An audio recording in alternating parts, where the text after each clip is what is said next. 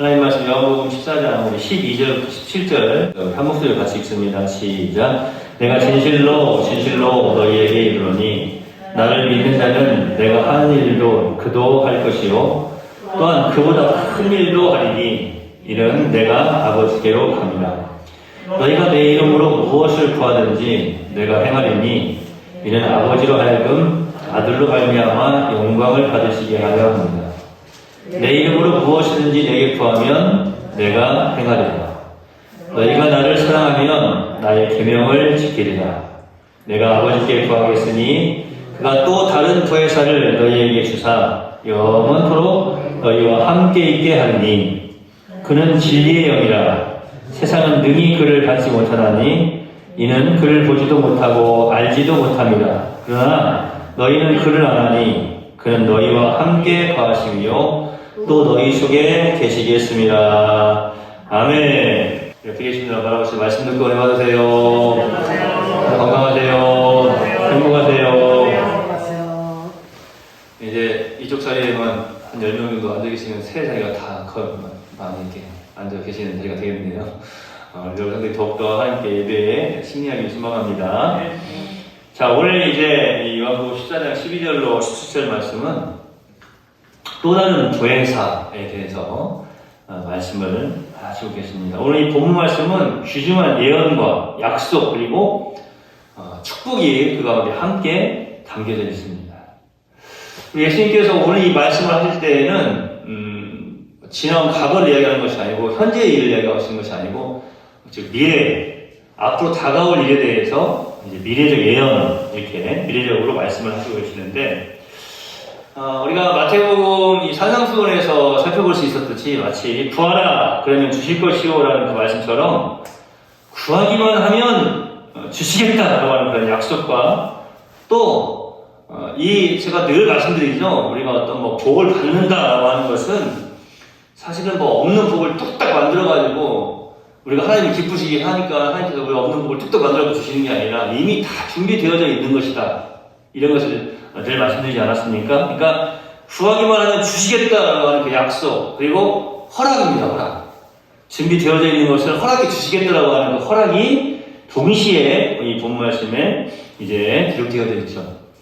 또 주님께서 허락하신 것은 사실은 아무런 받을 자격이 없는 그런 자들에게 주시는 것이기 때문에 어떻게 보면 이 약속 자체가 곧 축복인 거죠.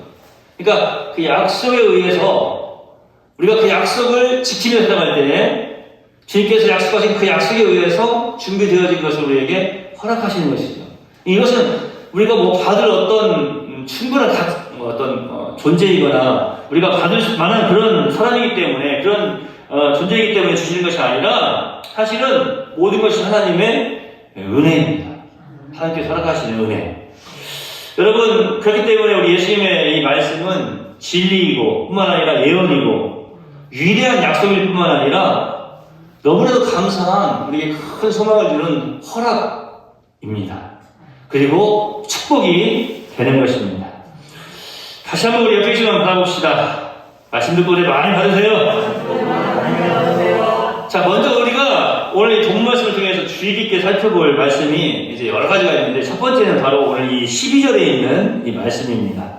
내가 진실로 진실로 너희에게 이르노니 나를 믿는 자는 내가 하는 일 그도 할 것이요 또한 그보다 큰 일도 하리니 이는 내가 아버지께로 감이라. 여기서 나의 하는 일을 너희도 할 것이다 라는 이 말씀입니다. 사실은 이 말씀 참 굉장히 중요한 말씀인데요. 주님이 하시는 일을 제자들이 할 수 있다.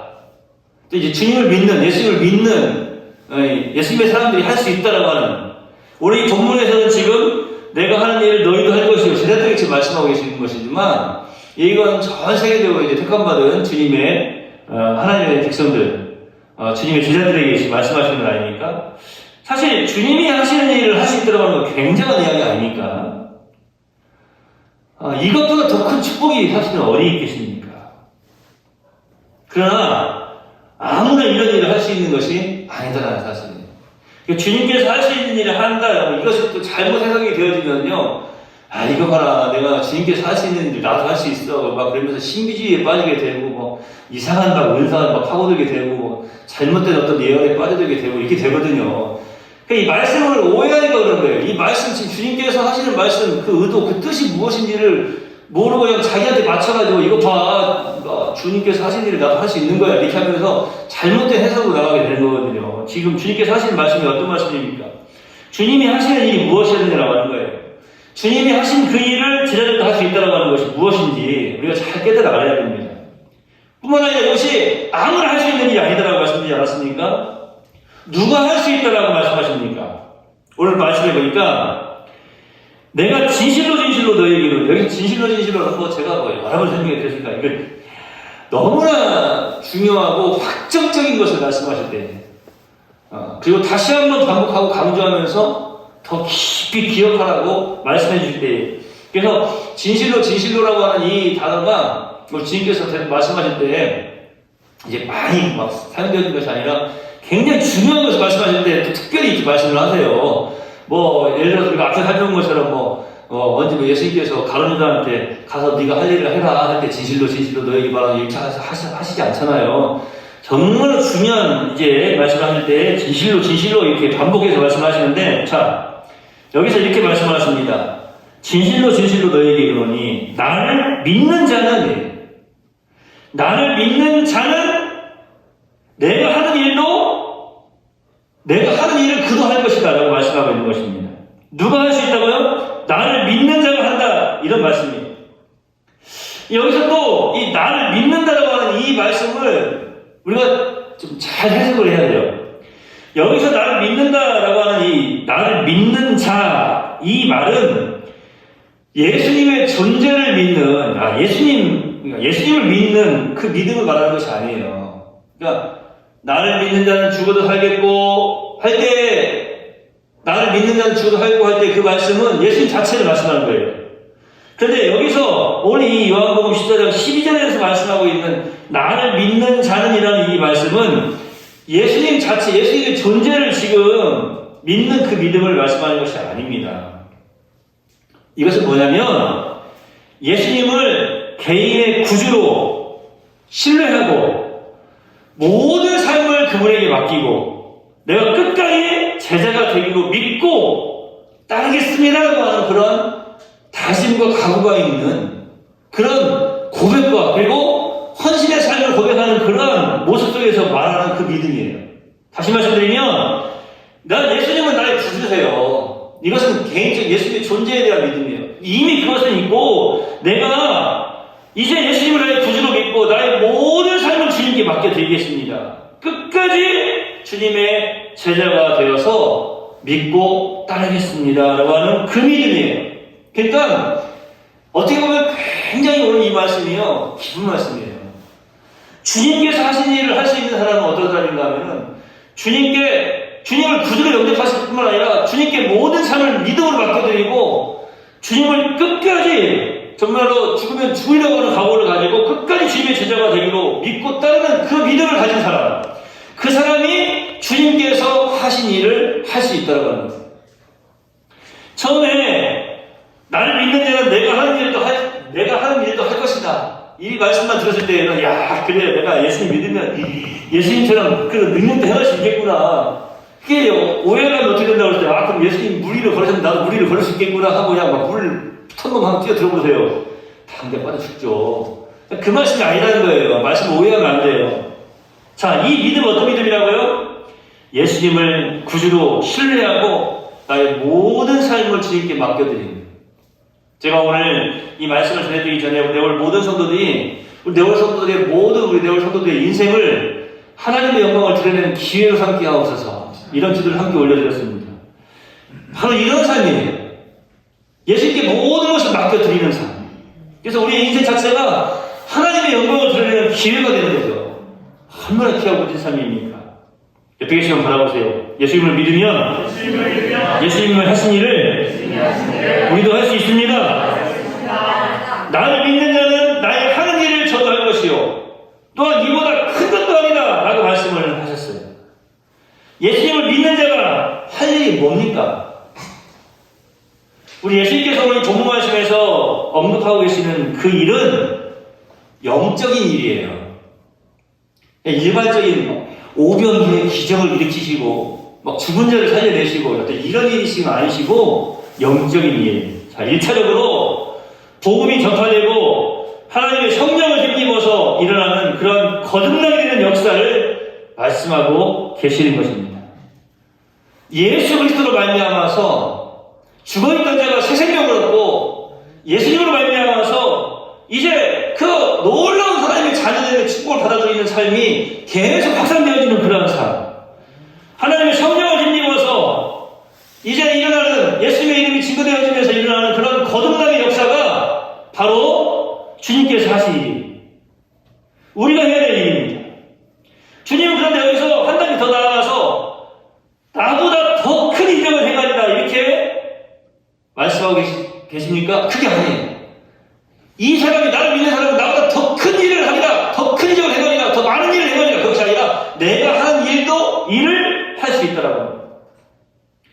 여러분, 제가 아까도 신비주의에 대해서 이야기했지만요, 이 성경을 읽으면서 사실은 정말 제가 그 말씀 잘 드리지 않습니까? 교만한 사람들은요, 자기가 교만한 걸 몰라요. 정말 교만한 사람들.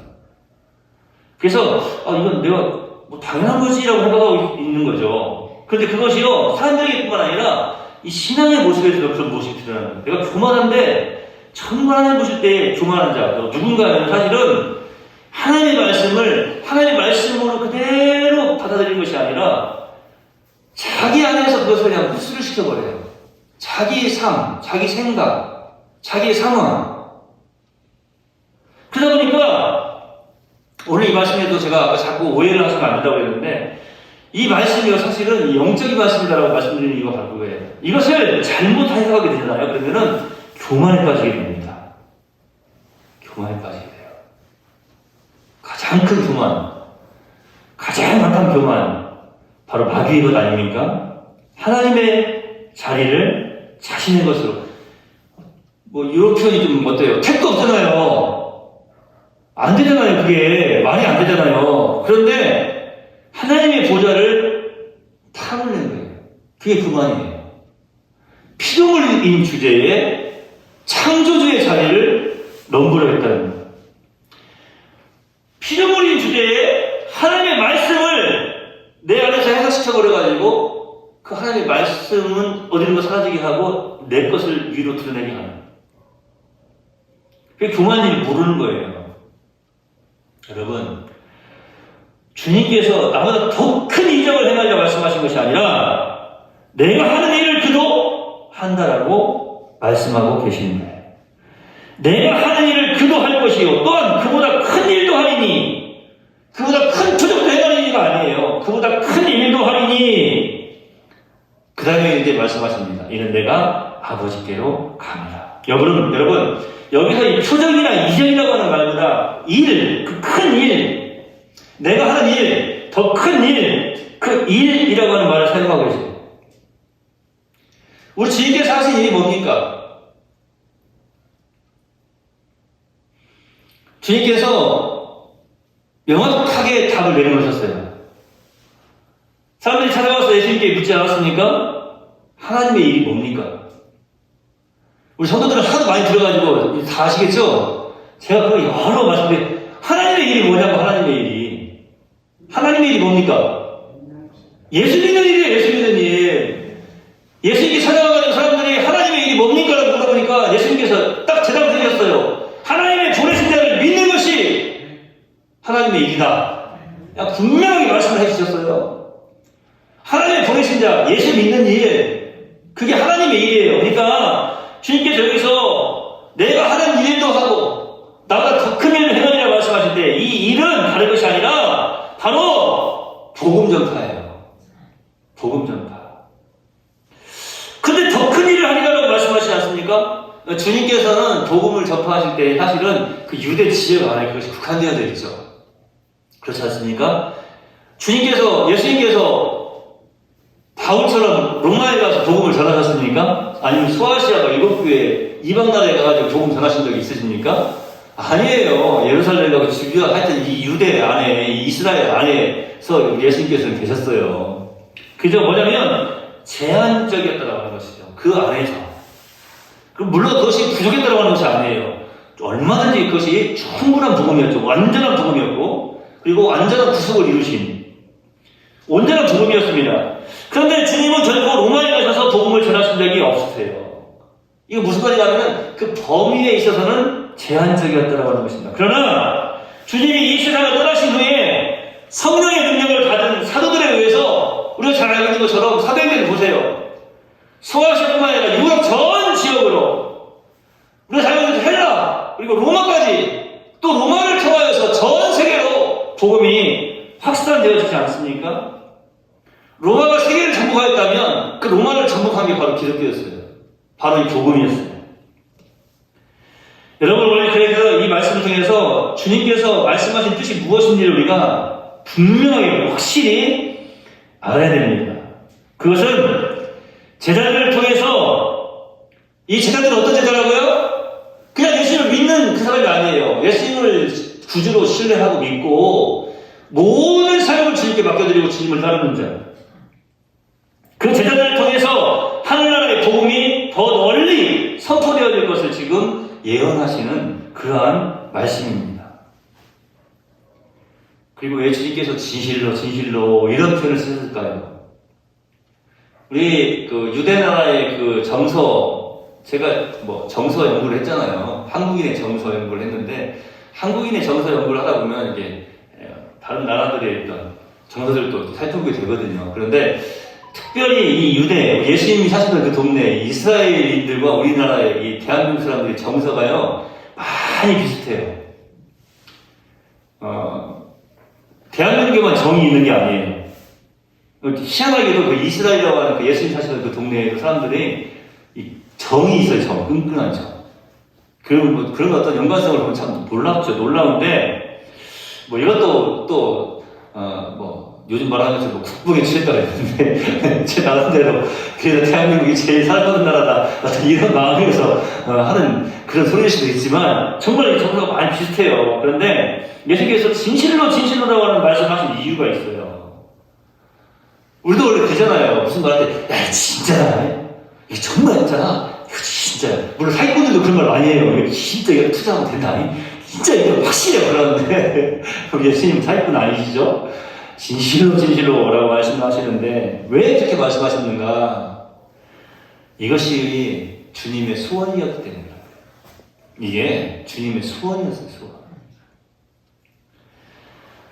죽은 사람 소원도 들어야된다는데 살아계신 분 예수님 소원 못 들어드리겠습니까? 여러분, 이제 우리를 통해서 하나님의 복음이 더 크게 역사되어지기를 우리 예수님께서는 지금 소원하고 계시는 것입니다. 그런데 우리가 이렇게 큰 일을 할 수 있는 것은 바로 예수님께서 아버지께로 가시기 때문이에요. 예수님께서 아버지께로 가신다는 말씀이 무슨 뜻입니까? 그것은 예수님의 십자가와 부활 그리고 승천을 염두에 두신 말씀이에요.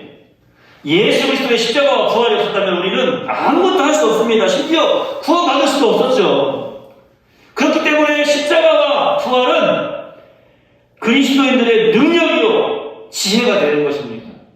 우리를 구원하신 십자가에서 생명을 주시고 우리를 구원하신 예수 그리스도, 그분을 믿는, 그분을 따르는 그 모든 인생을 주님께 맡겨드리는 그 제자들을 향하여서 우리 예수님께서 진실로라고 말씀하시면서 우리를 향해서 소망하고 계신 그 첫 번째 소망이 무엇이었느냐?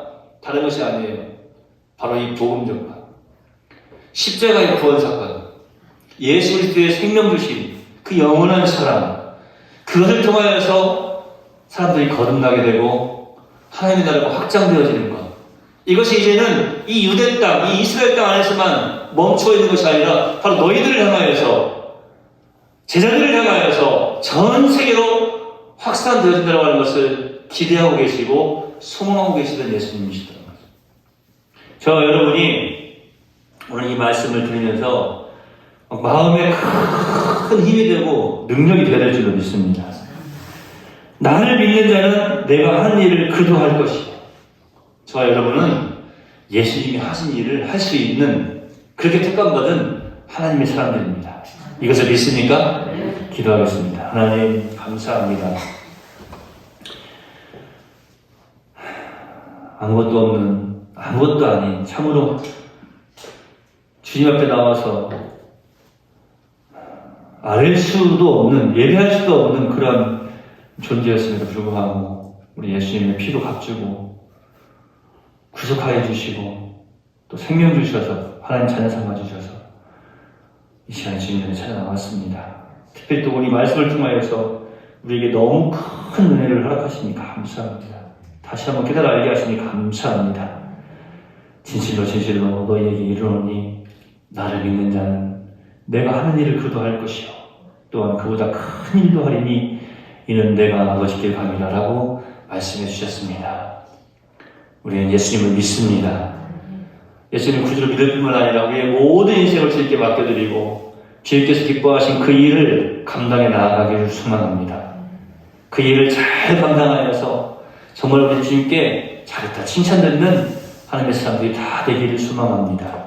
하나님, 이 일이 어떤 표적과 능력을 행하는 일이 아니요 바로 영적인 일이었습니다. 다름이 아니라 예수 그리스도의 복음 증거의 일이었습니다. 하나님, 이 복음 증거에 우리가 게을러 빠져 있었던 것은 아닌지 다시 한번 우리를 돌이켜보게 됩니다. 하나님, 이제 우리의 가정과 자녀 혹은 건강 혹은 물질의 어떤 사업에 또 여러 가지 세상의 일들에 얽매여서 사실은 가장 우리 주님께서 소망하신 그 일, 복음 증거의 일에 이제 소홀히 하였다면 주님 오늘 이 말씀을 통하여서 다시 한번 깨달아 알게 하시고 우리 주님께서 소망하신 그 일을 이루어드리기에 조금더덕함이 없는 복음의 증인들이 다 되게 해 주시옵소서. 어두운 밤길에 들어가는 발걸음도 주의 은혜로 지키시고 평안 가운데 함께해 주시길 소망하옵고 예수님의 이름으로 거룩하신 아버지 하나님께 기도하옵나이다. 아멘.